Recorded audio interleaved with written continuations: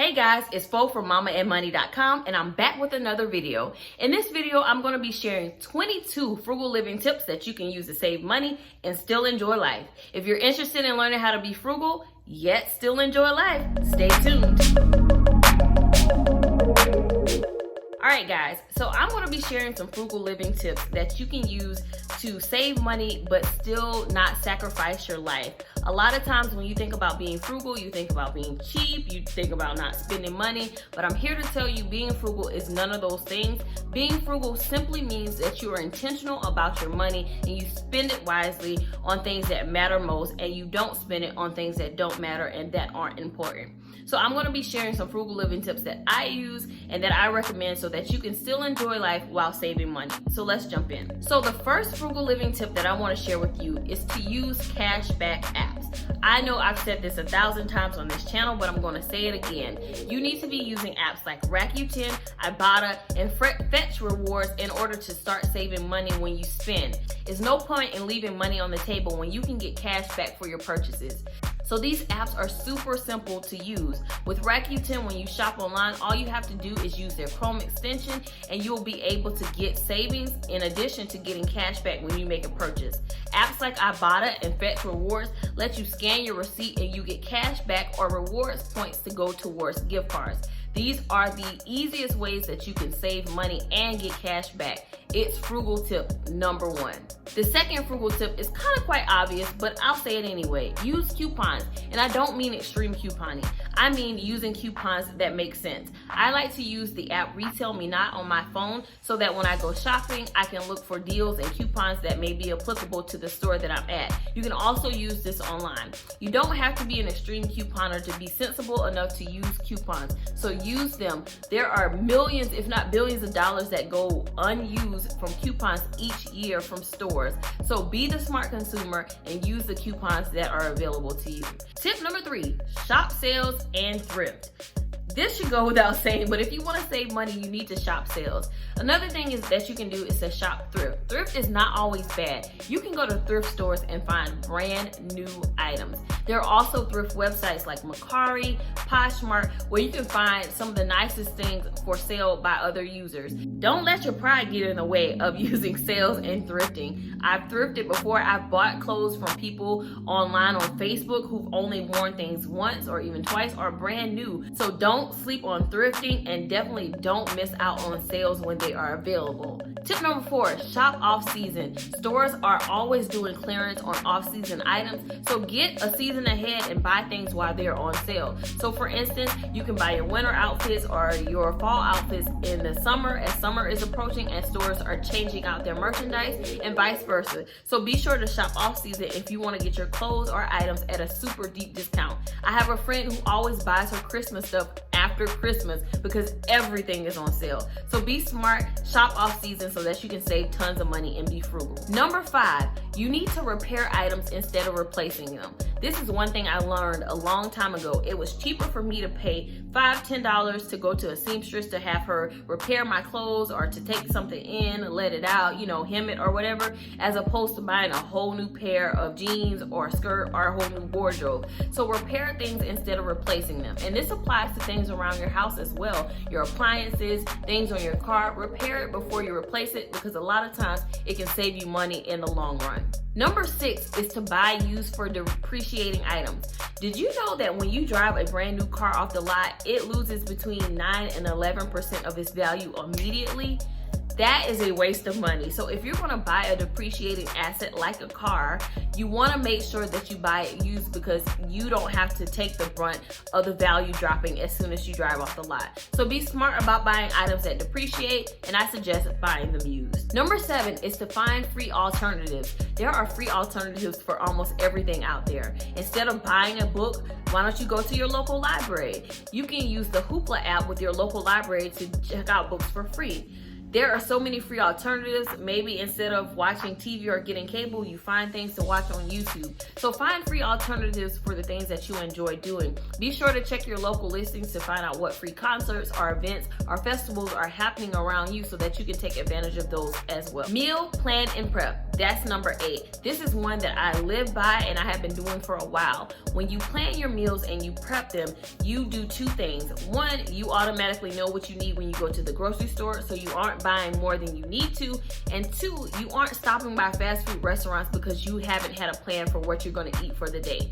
Be sure to meal plan and prep, and then you will have so much savings when it comes to your groceries and your overall food budget. Number 9, regulate your utilities. I cannot speak on this enough. We invested in getting a Nest thermostat, which allows us to see what our temperature is. It allows us to go in eco mode so that it automatically adjusts the temperature in the house to save us energy while not letting it get too hot or too cool. I stand by this product. Nest is great for monitoring your electricity when it comes to heating and cooling.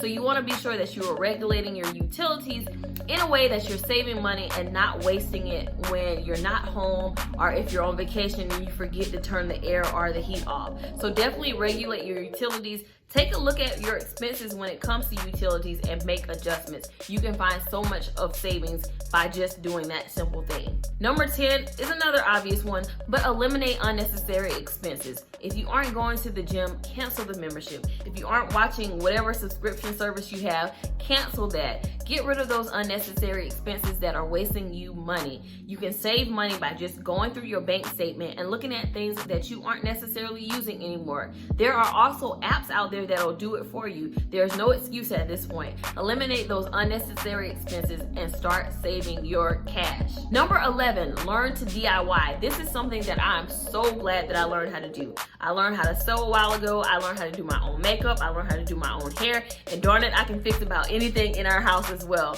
Learn to do it yourself so you don't have to use the unnecessary funds to pay someone else to do something for you. Not everyone is crafty or handy, but there are some things that you can learn to do on your own. So learn it, save money that you would otherwise be spending on someone else doing it for you. Number 12, recycle and repurpose. Now, I'm going to give you guys a little hack that I shared in an earlier video. I like to recycle gifts. I'm going to be honest about that. If it's something that I'm not going to use or it's something that's going to be useful to someone else, I recycle and reuse it. And that's just one way that you can do that. Find other items around your house that you can recycle and reuse. Mason jars can be recycled and reused. There are so many things that you can do and have dual purposes for around your house that will save you money from buying new things. Number 13, don't waste food. My dad always used to tell me not to waste food, and now that I have to pay for it, listen, I know what he was talking about. Don't be afraid to eat leftovers, and don't forget to go through your pantry and see what canned food items or non-perishable goods you have that you haven't eaten in a while, or that you didn't even know you had that need to be consumed. Don't waste your food. First of all, there are people who don't have food, so you want to be grateful and use what you have. And if you're not going to use it, definitely donate it. But in the meantime, take inventory of what's in your pantry. Use those items that are in there. Make some surprise meal that's concocted of different things. I've done it before, but don't waste food. Number 14, invest in reusable items. This is stuff like Tupperware or glass or ceramic plates, the good china. You want to invest in those things that are reusable so you aren't constantly throwing things away. So a great example is, instead of using paper towels, using cloth so that you can wash it and reuse it. Or instead of using paper or styrofoam plates, you use your good china. Get some inexpensive china from Target. That's exactly what we do. Something that you can put in the dishwasher or wash by hand and you can reuse it. It will save you a ton of money in the long run, and you're helping the environment. Number 15, invest in quality items. So before I talked about repairing instead of replacing, the kind of partner to that one is investing in quality items. So that means spending just a little bit more money to get quality items so that you don't have to keep buying them over and over and over again in the long run. You will save so much money when you invest in quality from the beginning, instead of getting a bunch of stuff that's inexpensive and cheap. You're having to constantly replace it. So invest in quality items. That includes quality furniture, that includes quality clothes, that includes, I don't know, anything that you have to use on a consistent basis. You want to make sure it's good quality so you don't have to keep replacing it over and over again. Number 16, shop around. You guys remember that song from the 70s? Mama told me you better shop around. Yes, shop around. Your first price is probably not the best price that's out there. So use price matching tools and software. I personally like to use Rakuten because it will tell you what is available at a cheaper price. So you want to be sure to find other options and not go with the first price. There's always a cheaper alternative available. Rakuten helps you do that. Number 17, negotiate. This is something that my husband and I did with our furniture. We were able to negotiate and leverage because we had cash. The first price is usually not the last price. So be willing to ask and go back and forth until you find a price that's reasonable and that you're comfortable with, and that's also, going to be good for the person who's actually selling you items. So don't be afraid to negotiate, and that's with everything. That's with furniture, that's with buying a car, that's with buying a house. My gosh, when we bought our house, we had to negotiate. It was like the hardest thing that I had ever done, but it was so worthwhile because we were able to get a price for our home that we were comfortable with and that the seller was comfortable with. And guess what? It was lower than the original asking price.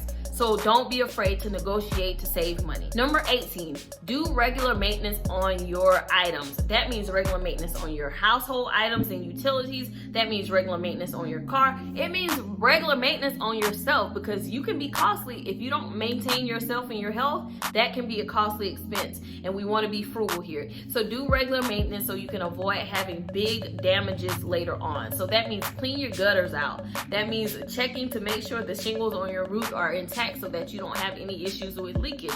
That means going through and changing your air filters. That means going through and changing the oil on your car and checking your engine and making sure your fluid levels are up, checking your tires. These are all things that you need to be doing to ensure that you don't have a huge expense later on. Do regular maintenance often and it will save you money in the long run. Number 19 is to take advantage of employee incentives, discounts, and benefits. This is one thing that I learned, that I could literally simply do a health assessment online and I can get a $25 gift certificate for my health insurance.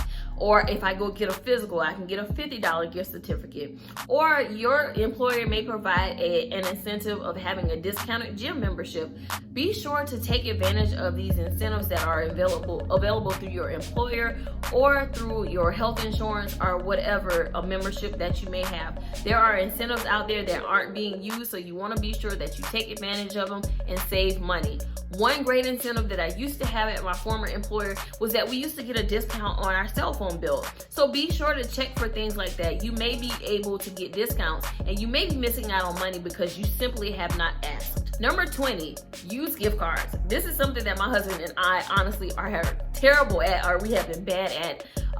Use your gift cards. This is like free money that people give you, so why not use it? Go to those restaurants and order out, get Uber Eats or whatever the case may be, but be sure to use your gift cards and don't let them expire. Number 21, be sure to sign up for rewards programs. This is something that my husband and I leverage when we would travel often. We would sign up for rewards program for the airlines, hotel, and for booking services like Expedia, and those points would add up. So eventually we could use points to reduce the cost of our stay at a hotel, or get some free incentives when we checked in, or get points when we travel. One thing that I did is, instead of using my mileage from the airlines or the hotel to actually apply towards travel, I use them and redeem them for gift cards that I can use and save my money on places that I like to shop at. So be sure to sign up for rewards programs for airlines, for hotels, for restaurants, all the things, so that you can get those discounts and free incentives. And the last thing, guys,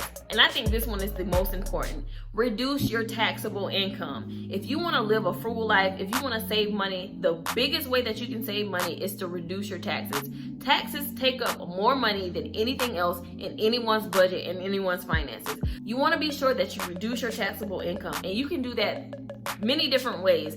One great way to do it is through charitable giving. My husband and I definitely do charitable giving by giving to our church and giving to different charities and philanthropies. But there are other things that you can do to reduce your taxes. And I'm going to recommend a book that I'm going to leave in the description that you can check out for yourself and get real tax strategies from someone from the IRS. I'm not an attorney, I'm not an accountant, and y'all not about to sue me. But I do want you to know that you should reduce your taxes if you want to save money and live a life of frugality. All right, guys, so those are 22 ways that you can live a frugal lifestyle without being cheap. I have done all of these things at one point or another, and I have not lived a deprived life. So definitely be sure to check out these 22 frugal tips that you can use to save money and still enjoy life. I'll leave a link to the blog post that has additional information for each of these tips. And don't forget to subscribe to my channel and check out my blog, mamaandmoney.com. Use the description box to see all the great links that I have below where you can check out free budget templates and so much more. All right, guys, until next time, bye.